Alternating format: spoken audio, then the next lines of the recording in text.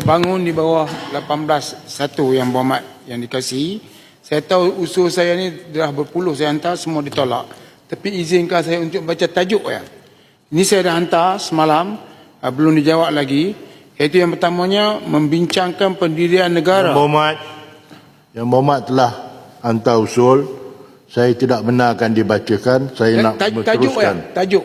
Yang Berhormat, tajuk pun saya tidak benarkan. Kita nak tambah buang masa yang penting, berhubung dengan LGBT. Saya telah bawa usul dulu masa zaman Datuk Najib.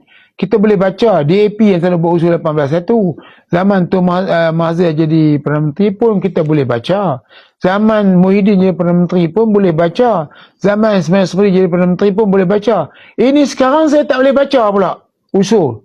Tak boleh baca tajuk. Kena bacalah tajuk. Sebab kita bukan saya buat kerja. Kerja ni bukan kerja mudah. Cuba tuan-tuan tengok ni. Ni tengok ni. Saya terpaksa mengarang ni baru. Mengarang untuk merujuk pendirian negara berhubung dengan aktiviti LGBT yang berlaku di Chowkit dan juga di Ulangat bawah ni. Kita nak pendirian negara. Dan jawapannya, saya kata jawapannya seringkali saya akan ditolak.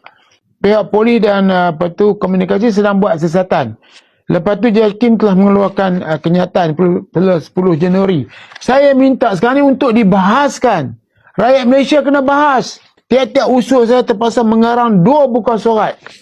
Bagilah peluang saya baca buku tajuk. Ya Allah, Tuanku, kenapa tak boleh? Semua tak boleh. Tak boleh bagi alasan pula, alasan yang itu hak speaker lah alasan. Tapi saya nak beritahu, alasan itu saya juga tak setuju. Jadi saya tak setuju, saya nak cakap di mana? Takkan saya nak simpan hati perut saya kena cerita.